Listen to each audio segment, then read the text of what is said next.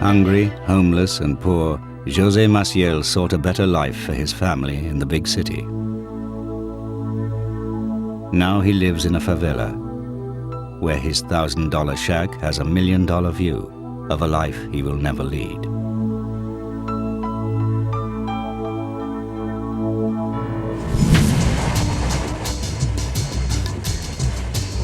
For the first time in its history, more than half the world's population may be living in cities. Has the move from the country been a step up or a dead end for Mr. Ramashre in Delhi,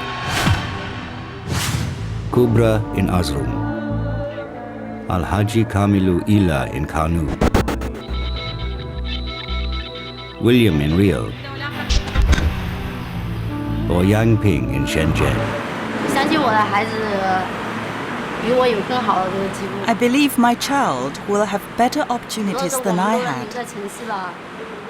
If we can stay in the cities, he will get more and better opportunities.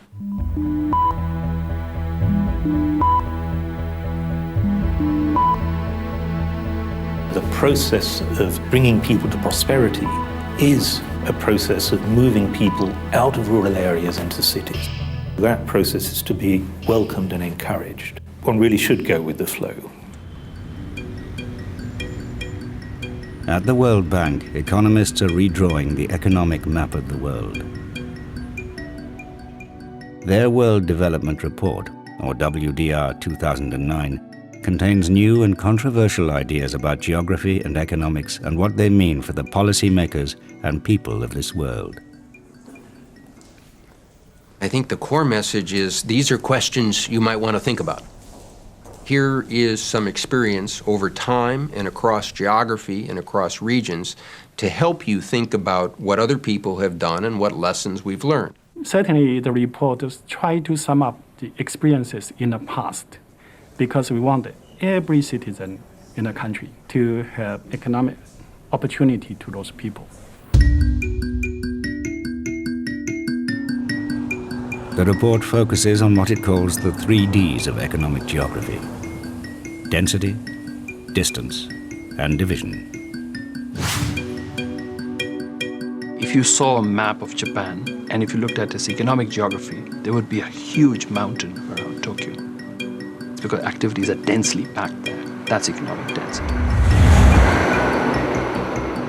Density relates to people and firms moving closer and closer to each other to take advantage of something that's very hard to describe, a certain dynamism. By bringing things together in the same little space, people get more productive. The most densely populated country in the world is Singapore, which is also about the richest. Now take a look at a map of the US, and what you see is mountains around the northeast. And then you see flatlands in the rest.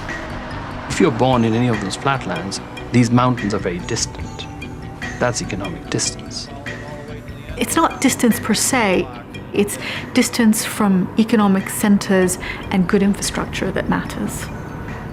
You cannot reduce the distance, but you can reduce the transportation cost. In the old days, distance really mattered much more than it does today, of course. We've managed to shrink distance with declining transport costs. Division is man-made barriers to transactions. Borders, especially international borders, are the best example of division. If it takes you 12 days to get your goods through customs, that's a division. If you have to change your exchange rate and the exchange rate might depreciate, that's a division. It adds to the risk. So that's density, distance, and division. World Bank economists believe these 3 Ds can help policymakers diagnose the problems of their economies and point to possible solutions.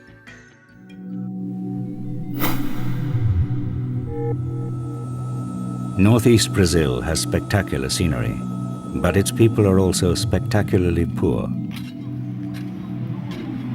For decades, there has been a mass movement of people away from here.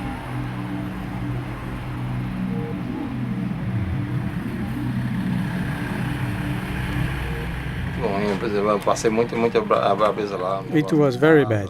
Times were hard. Nowhere to live, nothing to eat. I worked on a farm for peanuts, 2 or 3 contos a day. Then a relative who was living here told me to come over here. I made the move and never went back. What we've seen in economic history is the movement of people from the countryside to try to get better jobs, better opportunity in urban areas. The poor are not in the poorest places because they have the most reason to move. And really the challenge of governments is to help them move. In Brazil, they head south to cities like Sao Paulo and Rio de Janeiro. Many end up in slums ruled by ruthless drug gangs at war with Brazil's paramilitary police. I used to despair when I saw slums until I worked on this report. When I see slums, I see people trying to get close to economic opportunity.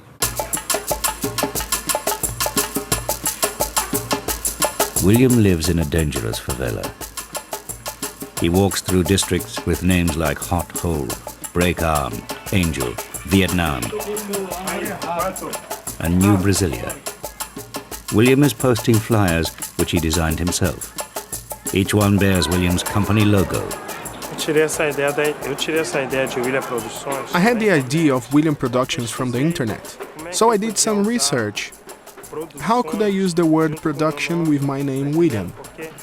Do you understand? Because I need to publicize my work to promote William Productions.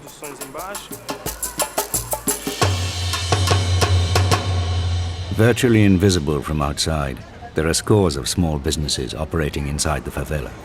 I already have all kinds of clients.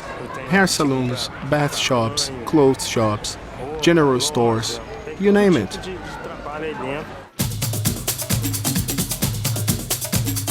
Though everyone here is a squatter with no legal right to their land, everyone seems to be busy building a house.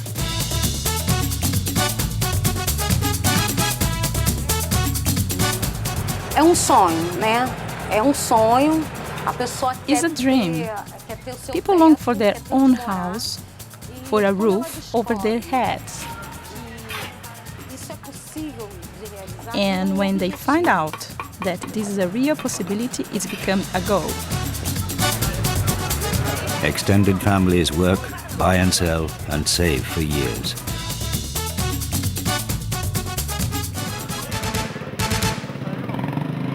The hope with this report is that policymakers will also take the message that these communities can be made into vibrant, living economic communities, and advantage can be taken from their being there rather than their being seen as blights. Should you say no more people should move there? No, you should not say that. That's been tried before. It was tried in the 70s, the 80s. It didn't work. One place it was tried was in India. The world's second fastest emerging economy is a tale of 2 cities. Delhi has planned for a population of 21 million. There are new highways, apartment blocks, shopping malls, and an advanced light rail system. To many, the pace of change must seem miraculous. By God's infinite grace, I have been posted on this prestigious train that is the pride of the Indian Railways. 25 years ago, the city authorities in Bombay, now Mumbai, took a very different line. Around the time that I left India, people in Bombay decided that they had about 7 or 8 million people, and they didn't want any more. And so they wanted to shut their doors, essentially. And so they stopped building infrastructure. And what's happened is that people came anyway. If you look at Bombay now, it's about 16 million people, and more than half of them live in slums. Slums and squalor can be a deep social problem, but the way to tackle it is not to try and, as it were, shovel people out of the city. It's to try and anticipate the infrastructure needs of cities.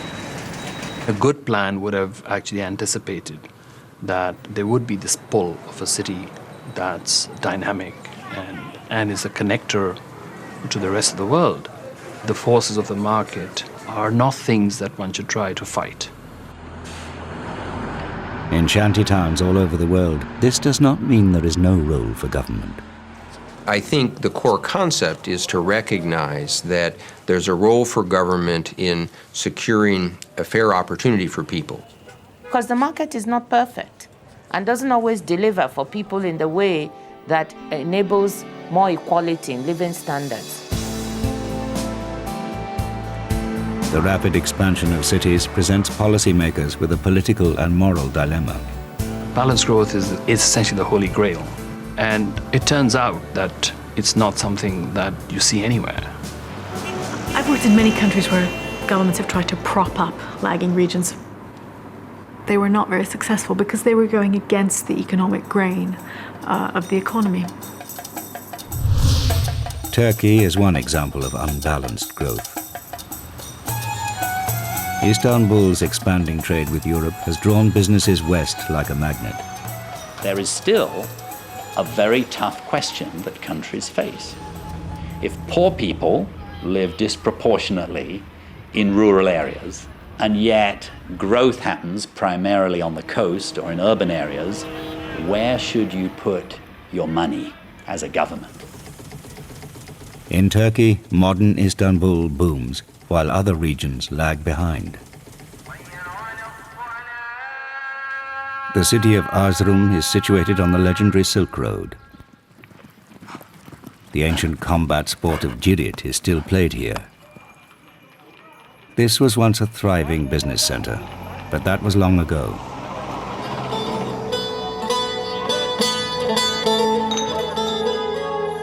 The musicians sing of a blonde bride and a bird that flew away.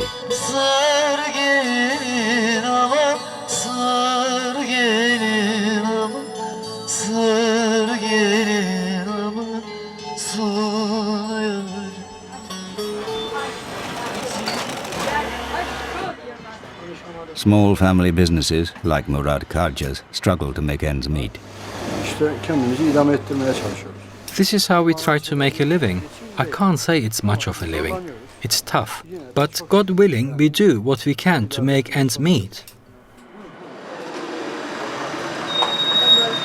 To support her family, Murad's daughter Kubra has a second job in a call center, but she still wants to stay in Erzurum. We have never been to Istanbul, but what I have heard about it makes me think that it is a scary place. There is a very big difference between the West and the East. The West's culture doesn't suit us, and our culture doesn't suit them. The people of Erzurum are not only distant from areas of growth, they are also divided from them by religion and culture.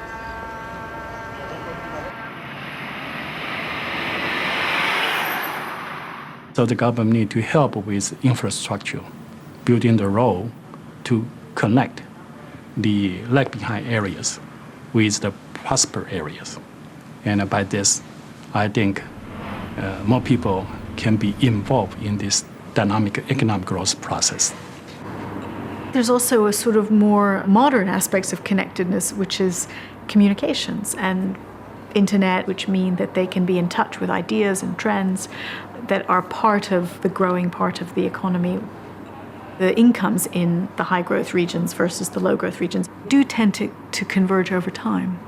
But the most important thing is to connect them together. Nowhere are the problems of density, distance, and division more acute than in sub-Saharan Africa.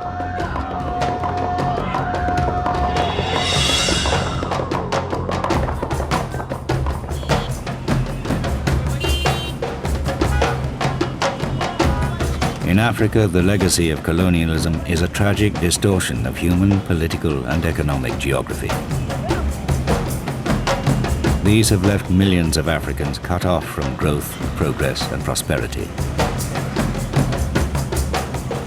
Third or more, Africans live landlocked inland, away from the means of transport. This was not something they wanted. These were countries that were created during the scramble for Africa. There are 53 different countries The consequence of Africa's borders has been a dispersion of the urban population into small cities, which are just less productive. Borders, especially international borders, are the best example of division. Africa is unfortunately festooned with borders. If you travel across West Africa, even though we're supposed to be able to move freely between countries, you have at least, let's say, between Lagos and Togo or Ghana or even Benin, I don't know, multiple stops. There could be up to 15, 20 stops. You know, officials of various countries stop you each time. African countries just have to work harder to drop some of these barriers. Distance and division are not abstract words for Alhaji Kamilu Ila.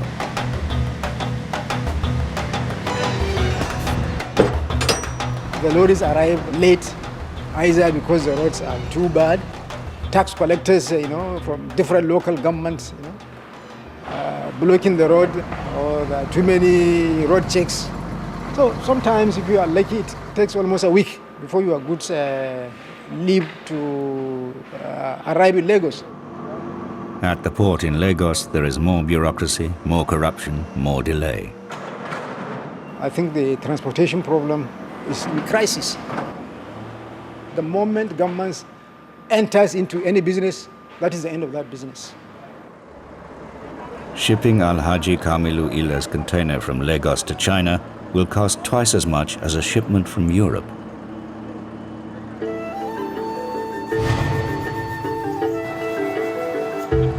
Nigerian leather is shipped to the Chinese port of Guangzhou, one of the booming ports on China's southeast coast.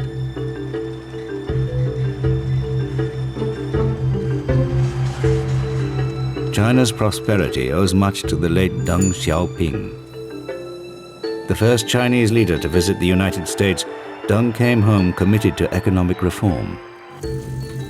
Liberalized markets meant that the southeast of the country would benefit from unbalanced growth. And he said some areas will become prosperous before others. He saw the southeast of China as leading China's journey into middle income and then beyond. Leaving their village homes and families behind them, 150 million migrants flocked to the new special economic zones.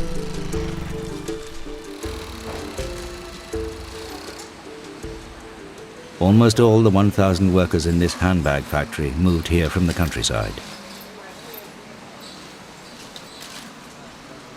Yang Ping is 28.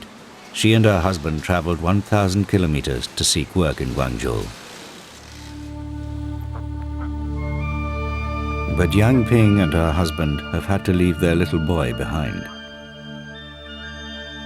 Unable to afford childcare, they have left him in their home village with his grandparents. They can only visit him once in a while. Of course I miss my son. Everyone will do so. Every month our phone bill is as much as 200 yuan. I call home almost every day. By allowing people like Yang Ping to seek their fortunes in the city, China has lifted 300 million people out of poverty and become the world's fastest growing economy. That's been the key to China's success, planned laissez-faire. They haven't got it completely right, particularly vis-a-vis the environment, but they basically have worked with the grain of markets, but in a sort of a planned way. China has opened itself to the global economy. In the World Bank Development Report, China is one example of how to meet the triple challenge of density, distance, and division. There might have been 1 billion people in the world market economy circa 1989. With the end of the Cold War and the rise of India and China, today you might have 4 to 5 billion people in the world market economy. If you think about that, over a 10 or 15 year period, that's a huge, huge historic shift. And in that sense, this report is wonderful as a device to stimulate people to think about these questions.